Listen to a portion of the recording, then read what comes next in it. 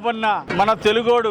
ఆ రోజు స్వతంత్ర పోరాటానికి ప్రారంభంలో బ్రిటిష్ వాళ్ళు వేసినటువంటి పన్నులు అతి దారుణంగా కిరాతకంగా పన్నుల భారాన్ని ప్రజల మీద మోపితే దానికి వ్యతిరేకంగా బ్రిటిష్ పాలనకు వ్యతిరేకంగా పోరాడినటువంటి పోరాట యోధుడు వడ్డే ఓబన్న. ఆ రోజు సమైక్య చేసి అందరిలో పోరాట స్ఫూర్తిని నింపి పోరాట స్ఫూర్తితో సైన్యాన్ని ముందుకు నడిపినటువంటి యోధుడు. ఆ రోజు బ్రిటిష్ వాళ్ళని పారదోలటానికి వీరోచితంగా పోరాడినటువంటి యోధుడు వడ్డే ఓబన్న. అనేక గిరిజనుల్లో అనేక మంది వివిధ వర్గాల్లో ఆయన పోరాట స్ఫూర్తి నింపి అడవుల్లో ఉండి కూడా గెరిల్లా దాడులు చేసి బ్రిటిష్ వారిని వణికించినటువంటి గొప్ప వ్యక్తి వడ్డే ఓబన్న. అలాంటి గొప్ప వ్యక్తి తర్వాత అది పోరాట స్ఫూర్తిగా ముందుకెళ్లి తర్వాత స్వతంత్ర పోరాట ఉద్యమం ఇంకా ఎంతో పెద్ద స్థాయిలో ఉవ్వెత్తునెగిసింది.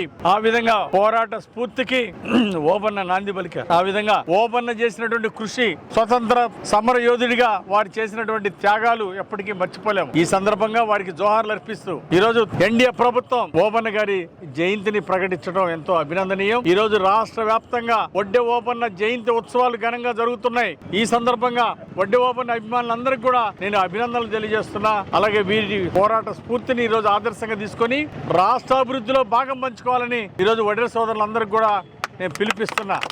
బీసీలందరూ కూడా ఈరోజు బీసీలకు పెద్దపేట వేసింది మన ఎన్డీఏ ప్రభుత్వం, ఎక్కువ ప్రాధాన్యత ఇచ్చింది ఎన్డీఏ ప్రభుత్వం. కాబట్టి ఈ రోజు ఆర్థికంగా సామాజికంగా వెనుకబడిన వాళ్ళని ముందుకు తీసుకెళ్లాలనే లక్ష్యంతో ఈ రోజు ప్రభుత్వం ముందుకెళ్తుంది. సూపర్ 6 పథకాలని సూపర్ హిట్ గా అమలు చేసింది ఈ రోజు ఎన్డీఏ ప్రభుత్వం. కాబట్టి ఈ రోజు సామాజికంగా వెనుకబడిన వాళ్ళని ముందుకు తీసుకెళ్ళడానికి ప్రభుత్వం రెసిడెన్షియల్ పాఠశాలలు పెట్టడం, వారికి మంచి విద్యనివ్వడం, వారిని ప్రయోజకులుగా తీర్చిదిద్దే లక్ష్యంగా ఈ రోజు ఎన్డీఏ ప్రభుత్వం ముందుకెళ్తుంది. ఈ రోజు ఈ కార్యక్రమంలో పాల్గొనే పెద్దలందరికీ చరిత్ర సృష్టించినోడు ఇప్పుడు ఆ చరిత్రని తిరగరాయబోతున్నాడు. అబద్ధాల గోడల్ని బద్దలు కొట్టి నిజాలను రాగా మీ ముందుంచబోతున్నాడు.